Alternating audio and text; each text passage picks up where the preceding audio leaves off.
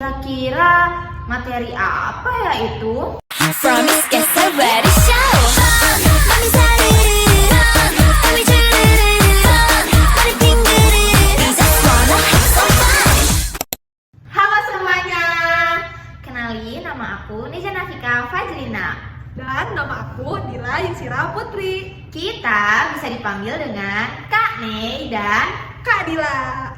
kita akan membicarakan seputar materi yang bisa dikatakan ditakuti dan dihindari oleh sebagian siswa loh. Kira-kira materi apa ya itu?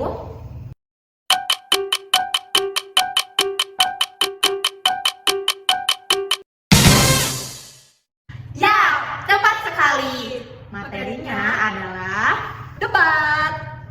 kira-kira kenapa sih siswa-siswa takut dan menghindari materi debat itu? Menurut aku ya Kak Nei, siswa itu terlanjur tegang saat mendengar kata debat dan juga mengira bahwa debat adalah kegiatan yang sangat menyeramkan. Padahal berdebat tidak semenyeramkan itu loh. Kita masih bisa berdebat dengan baik, indah, dan damai. Nah, kali ini kita akan mengajak teman-teman semua untuk berkenalan lebih jauh mengenai apa sih itu debat. Dan bagaimana sih debat itu? Nah, sebelum kita masuk ke materi debat, kita punya tepuk semangat nih teman-teman. Ayo ikutin semuanya ya. Tepuk wow. Kasih W, kasih O, kasih W. Wow, keren. Wow, wow, keren. Lagi. Wow, keren. Wow, wow, keren. Udah semangat dong pasti. Jadi teman-teman bisa mendengarkan dan menyimak dengan seksama materi yang akan kami bahas. Selamat menyaksikan. Kira-kira apa sih debat itu? Nah, debat adalah suatu kegiatan diskusi atau perdebatan yang dilakukan oleh dua orang atau lebih, di mana setiap pihak menyampaikan pernyataan atau argumentasinya terhadap suatu topik. Nah, kira-kira apa sih ciri-ciri debat itu? Yang pertama, dalam debat terdapat dua tim, yaitu tim afirmasi yang mendukung topik yang akan didebatkan, dan yang kedua ada tim oposisi yang menolak topik yang akan didebatkan. Yang kedua, ada dua sudut pandang. Yang pertama ada sudut pandang pro dan sudut pandang kontra.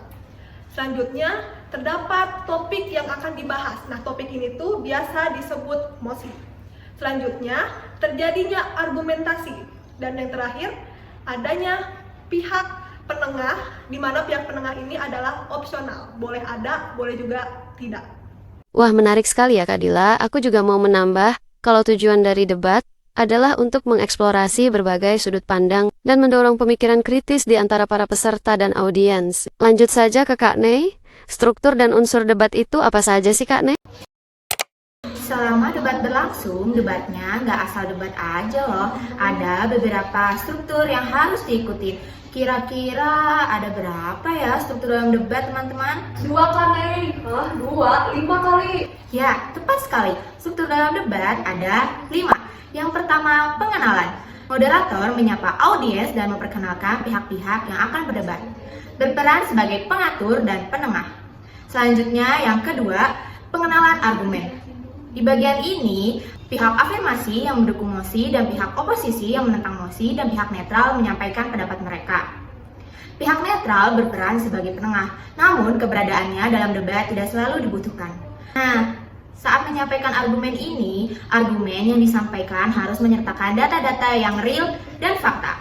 Selanjutnya, setelah masing-masing pihak menyampaikan argumen mereka, masuk ke bagian yang ketiga, yaitu debat. Di bagian ini adalah inti dari debat, di mana pihak afirmasi dan pihak oposisi memberikan sanggahan mereka dan ditengahi oleh pihak netral. Namun, jika pihak netral tidak ada, maka boleh ditengahi oleh moderator selaku pengatur pada proses jalannya debat. Nah, dalam debat itu tidak boleh menggunakan bahasa yang kasar ya teman-teman, dan harus menyertakan data-data yang real dan fakta. Nah, selanjutnya yaitu kesimpulan. Pihak afirmasi, pihak oposisi, dan pihak netral menyampaikan simpulan terkait mosi, pendapat, dan sanggahan dari tim lain. Dan yang kelima yaitu penutup. Moderator menyampaikan simpulan secara keseluruhan terkait mosi tanpa berpihak kepada pihak manapun. 7 unsur dalam debat mencakup yang pertama, mosi, topik atau pembicaraan yang akan diperdebatkan dalam debat. Nah, mosi juga tidak boleh asal-asalan ya teman-teman. Mosi harus berisi masalah yang aktual dan sedang hangat dibicarakan. Nah, masalah yang diperdebatkan juga harus layak dan bermanfaat. Yang kedua adalah tim afirmasi. Nah, di sini pihak afirmasi adalah pihak yang mendukung atau setuju terkait mosi yang diperdebatkan. Dan yang ketiga adalah tim oposisi. Nah, pihak oposisi adalah pihak yang menentang mosi dan memberikan sanggahan kepada tim afirmasi. Yang ketiga adalah tim netral. Tim netral di sini berperan sebagai penengah dalam acara debat, memberikan argumen dari dua sisi, baik itu dukungan maupun sanggahan. Dan yang kelima, penonton dan juri. Nah, penonton dan juri di sini sebagai pihak yang menilai. Biasanya dalam lomba debat antar sekolah itu yang menjadi jurinya adalah guru-guru. Dan yang keenam, moderator. Moderator di sini berperan sebagai pemimpin dan pengatur jalannya acara debat ya. Nah, moderator juga memiliki tugas-tugas seperti membacakan tata tertib, menengahi adu argumen, dan sesekali bisa mengajukan pertanyaan. Dan yang ketujuh adalah penulis. Penulis dalam debat di sini tugasnya ya menulis, seperti menulis kesimpulan, jawaban, pertanyaan selama debat berlangsung. Teman-teman, tahu nggak sih? Kemarin kita berdua ikut lomba debat loh. Kalian penasaran nggak sih gimana debat itu berlangsung?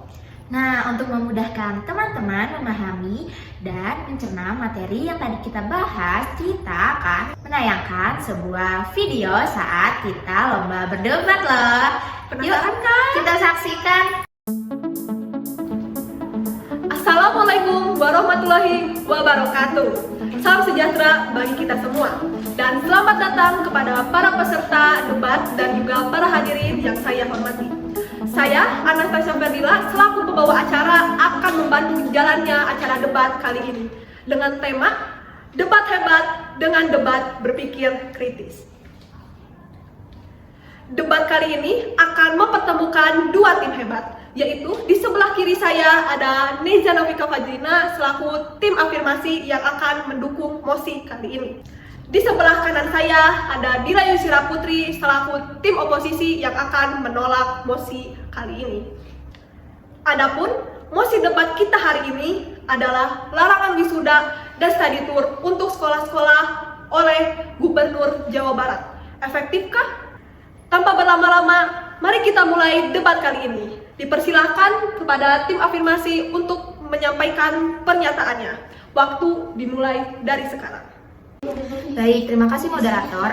Terkait adanya larangan wisuda dan study tour bagi sekolah-sekolah oleh Gubernur Jawa Barat, menurut saya ini sudah sangat benar. Larangan wisuda dalam konteks pendidikan yang merujuk pada kebijakan atau peraturan yang melarang sekolah atau institusi pendidikan untuk melaksanakan acara wisuda formal sebagai bagian dari proses kelulusan siswa.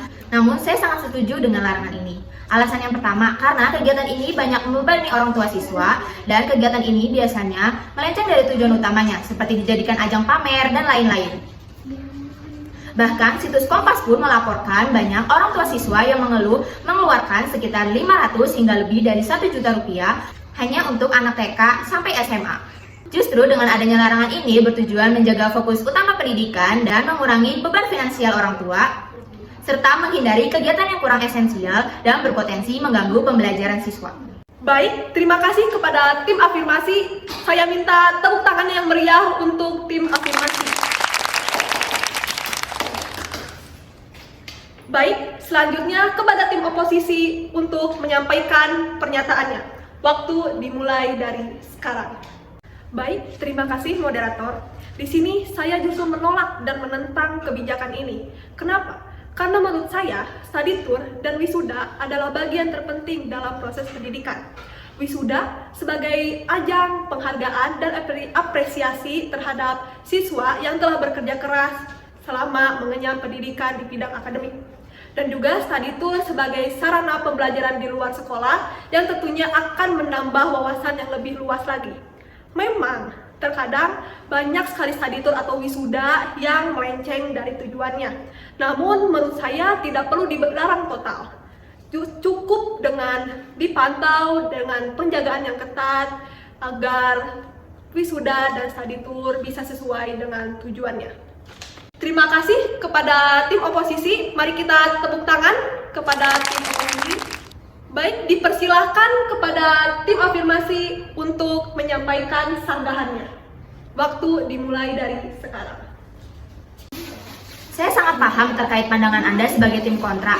Namun, munculnya larangan ini justru karena adanya keluhan dan laporan dari orang tua siswa terkait pungutan liar berkedok kegiatan sekolah, termasuk wisuda dan study tour. Faktanya, banyak siswa yang tidak bisa mengikuti acara wisuda dikarenakan faktor biaya. Jika tujuannya penghargaan dan pembelajaran, maka sekolah bisa mengadakan kegiatan internal yang hemat dan edukatif tanpa membebani. Saya sepakat bahwa biaya bisa menjadi kendala. Namun, tidak perlu dilarang secara total. Sekolah bisa mengadakan wisuda atau study tour yang lebih efisien dan juga hemat. Dan pemerintah bisa mengadakan subsidi untuk membantu para keluarga yang membutuhkan.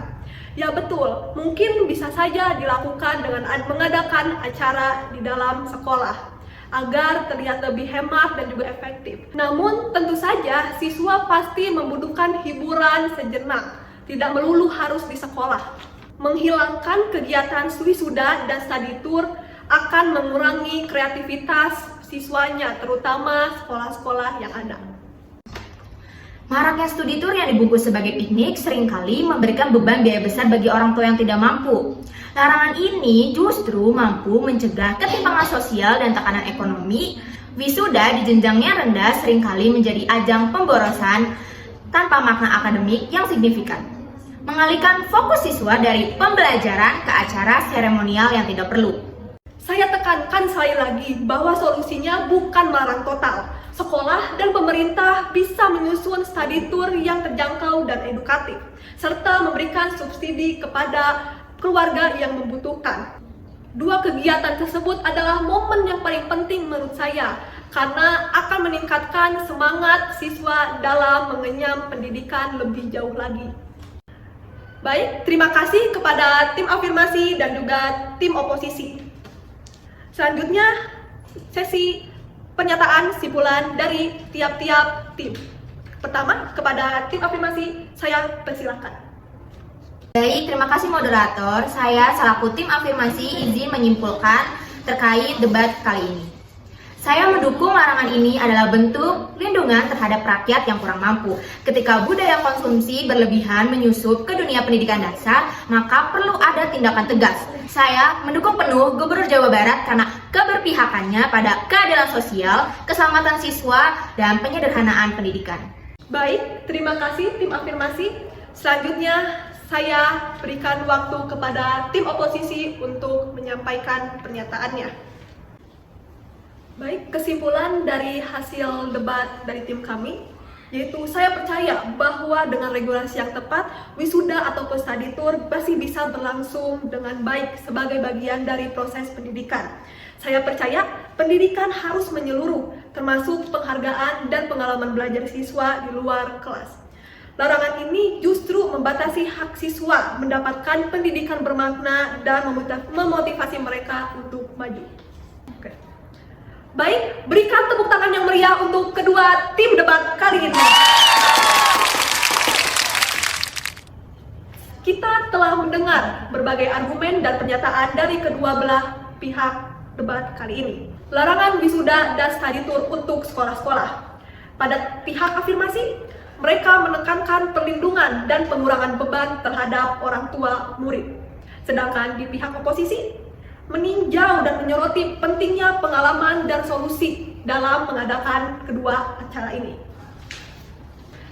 Baik semuanya, debat telah selesai. Terima kasih kepada dua tim debat kali ini yang telah menyampaikan pemikirannya yang luar biasa sekali. Mari kita jadikan perdebatan ini sebagai penambah wawasan dan refleksi diri untuk kemajuan pendidikan kita bersama. Baik, saya Anastasia Ferdila, pamit undur diri. Nah, tadi adalah video debat kita kemarin. Gimana? Ternyata debat tidak bisa menegangkan itu ya.